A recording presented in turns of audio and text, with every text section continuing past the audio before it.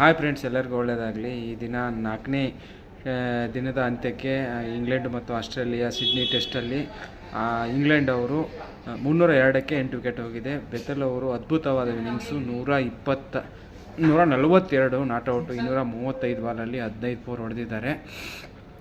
ಏನಪ್ಪ ಅಂತಂದರೆ ದಿನದ ಮ್ಯಾಚಿದ ಟರ್ನಿಂಗ್ ಪಾಯಿಂಟ್ ಅಂದರೆ ವೆಬ್ಸ್ಟರ್ ಅವರು 3 ವಿಕೆಟು, ಆಲ್ರೌಂಡ್ರು. ಮುಂಚೆ ಬ್ಯಾಟಿಂಗಲ್ಲಿ 71 ನಾಟ್ಔಟ್ ಇರ್ತಾರೆ.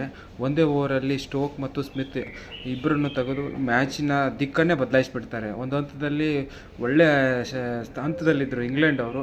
ಬಟ್ ವೆಬ್ಸ್ಟರ್ ಅವರು ಇವತ್ತು ಪರಿಣಾಮಕಾರಿ ಬಾಲಿಂಗಿನಿಂದ ಮ್ಯಾಚಿನ ಪಂದ್ಯದ ದಿಕ್ಕನ್ನೇ ಬದಲಾಯಿಸಿಬಿಟ್ರು.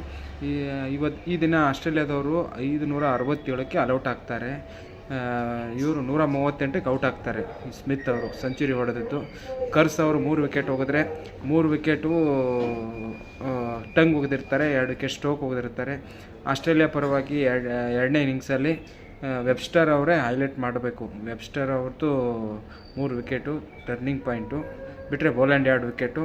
ಎಲ್ಲಕ್ಕಿಂತ ಹೆಚ್ಚಾಗಿ ಈ ಪಂದ್ಯದಲ್ಲಿ ಮೇಡನ್ ಸೆಂಚುರಿ ಹೊಡೆದಂಥ ಬೆಥೆಲ್ ಅವರು ಕೇವಲ 21 ವರ್ಷ, ಅವರು ಅದ್ಭುತವಾದ ಇನ್ನಿಂಗ್ಸ್ ಅಂತ ಹೇಳಬೇಕಾಗುತ್ತದೆ. 5ನೇ ದಿನದಲ್ಲಿ ಏನು ವಿಶೇಷ ಇರುವುದಿಲ್ಲ, ಆಸ್ಟ್ರೇಲಿಯಾ ಗೆದ್ದೇ ಗೆಲ್ತಾರೆ. ಕೇವಲ 119 ಲೀಡ್ ಇದೆ.